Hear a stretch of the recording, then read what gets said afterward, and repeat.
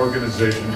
We're all here to honor it and to be a part of it and to help it with, I'm a customer too, look at my wrist, great stuff. And I want to introduce the woman responsible for all of this. Francine Lefrak is one of the great stars of New York City, but does such important work. Nobody could have put this together, this organization, and kept it going and make it this strong. And she'll tell you about all the wonderful things they do. A huge round of applause. Francine Lefrak.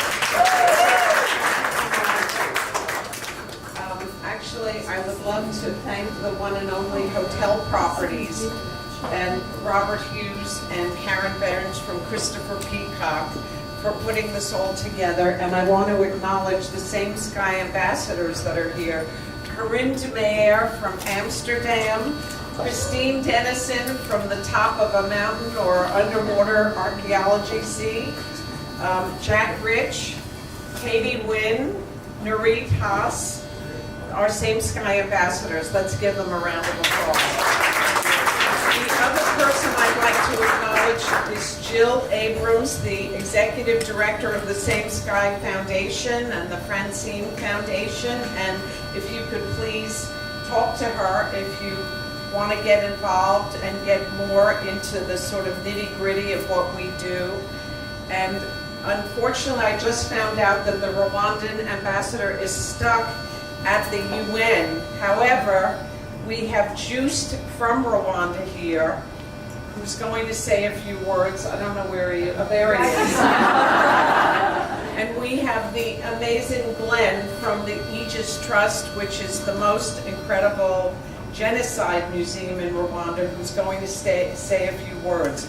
But before I turn the microphone over to them, I want to just tell you a little about Same Sky and why you're here and why it's important to be here. So 10 years ago, I started a trade initiative in Rwanda because I knew that the women there had suffered in 1994 through a genocide where 1 million people were murdered in 100 days, and the women were really left with almost nothing except so many had been raped. The UN estimates 250,000 women were raped, 70% became HIV infected, and they really had nowhere to turn. And when I met these women, I realized that the greatest thing I could do was not give them a hand out, but to give them a hand up. Because I believe the talent is everywhere, but opportunity isn't. And to me, the greatest philanthropy is the dignity of work. If you can give someone a job, you can give them a life. Because people want to work. It's not like they don't want to work. These women, and Nurit has been to Rwanda with me, and she can tell you, these women not only had their own children, most of whom were sick, but they had children that they had adopted in the genocide, and they literally had no way to feed them, and they had no means of support. So they were planning for their death when I met them. So we started with making a bracelet, and you can hand me a bracelet for a prop, because these women knew how to crochet. Now ask me how well I do in crochet, but we won't go there. The point is that the women had so much talent with their hands. And so much of the jewelry they could make and the detail of the jewelry they could make was so incredible that each bead represented hope for a woman. And it was even more than hope, because it gave them back their dignity. And it started them thinking that maybe I do have a life. And I'll tell you a story about one genocide survivor that I think about, which is Speciosa. When I met her, she had been gang raped by, the Hutu forces, and she was so depressed she could barely even speak. Her daughter Diana was very sick with HIV, they were all sick, and she literally was waiting for her death. Anyway, she started working for Same Sky. Well, I'm happy to tell you that she now is the secretary of the whole collective. Her health has improved. Same Sky has supported her daughter, who's a photojournalist, who's in her 3rd year of college. But what's interesting is Speciosa was so silent, And now she leads the other women. And she leads them in song because she has something to celebrate, which is a new life. And to see these women transformed, and to see their families sleeping on mattresses, something we don't even think about. So what we learned from all of this was that a bracelet, her making a bracelet, could pay for her health care for 1 whole year. Remember, these women didn't even have money to go to get the free HIV medication that George Bush got to Africa with PEPFAR. But she was able to transform her health, and these women were able to transform their lives. And they worked together in a collective, and they told each other what the issues were that they were facing, what the things that hurt them, and abusive relationships, or how they were going to deal with their children. Whatever it was, they weren't alone. They had a table that they could sit around and share with each other their stories. And that empowered them to want to go on. And then they started making more jewelry and, moving out of government housing and getting better reports from their doctors about their health.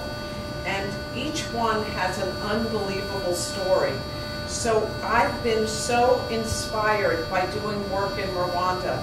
And I didn't really mean to go in the jewelry business. If you know anything about me, my background is the theater on Broadway and in the movie business. And I was a social issue producer, but I developed a film on the Rwandan genocide, and when I couldn't get it made, I decided to go on the ground and see what I can do to work with these women and see that there was this tremendous need. So we started with 4 women, and then we've worked with over 200 women, and with a partnership with Indigo Africa, I know Karen is around, we started training the women to do business. We started to train them to become self-reliant, to have their own collective. And in the last year, we've trained them how to make baskets and to make bags. Some of the baskets you can see around here, with the idea that they can get the materials in Rwanda and create a sustainable business in Rwanda. And the one and only hotels ordered 150 baskets from the women. So let's give them a round of applause.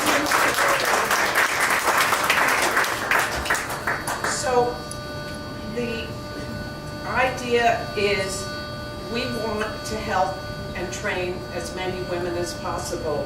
Your being here and buying the jewelry and wearing the jewelry is a statement that you care about buying things that are ethically produced, that are made where you understand that this is jewelry with a purpose that has a meaning.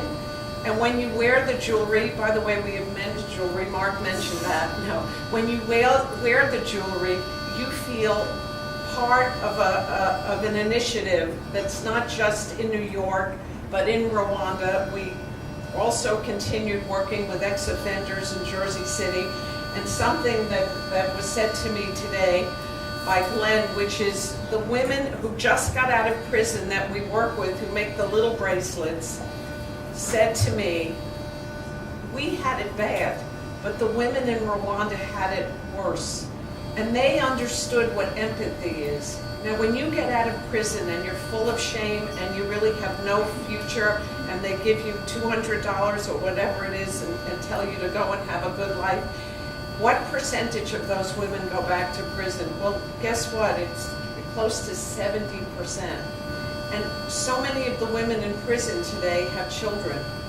You have 200,000 women in prison, and you have 1 million women on parole. And of the 1 million women, almost 85% have children. What happens to those children? Who takes care of those children?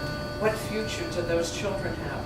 So to think of the women that worked for us in Jersey City caring about the women in Rwanda, and the women in Rwanda caring about the women in Jersey City, that's the most beautiful demonstration to me of empathy. And that's what you're doing by being here tonight, really caring about a world that's all under the same sky, that's not far away, because we all have the same dreams. and we all have the same vision. So I'm going to turn the microphone over to Just, who's going to tell us a little about Rwanda. I can tell you from my experience there, the fiber optics in Rwanda are so much better than New York City. Forget about it. Did you ever drive down Fifth Avenue and your cell phone doesn't work?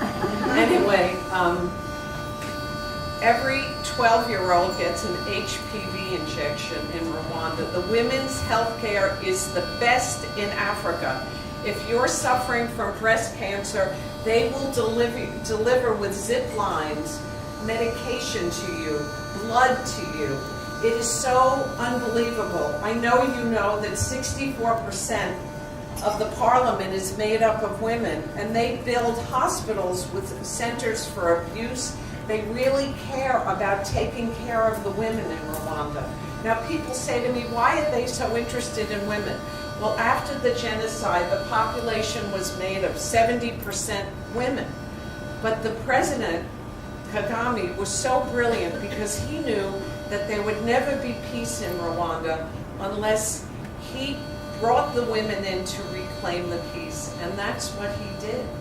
And this is an amazing country. If you want to open a business in Rwanda, it takes 2 hours, and Juice can help you open that business too. Right, even before you leave this room, he can have the business open. Rwanda it's the cleanest place in Africa. It looks like the Switzerland of Africa. Every shrub is manicured. It's such an amazing place. You know, when I first went there, and my husband said, "You can't go there. You're going to die. They're going to whatever." When I first went there, hello, husband.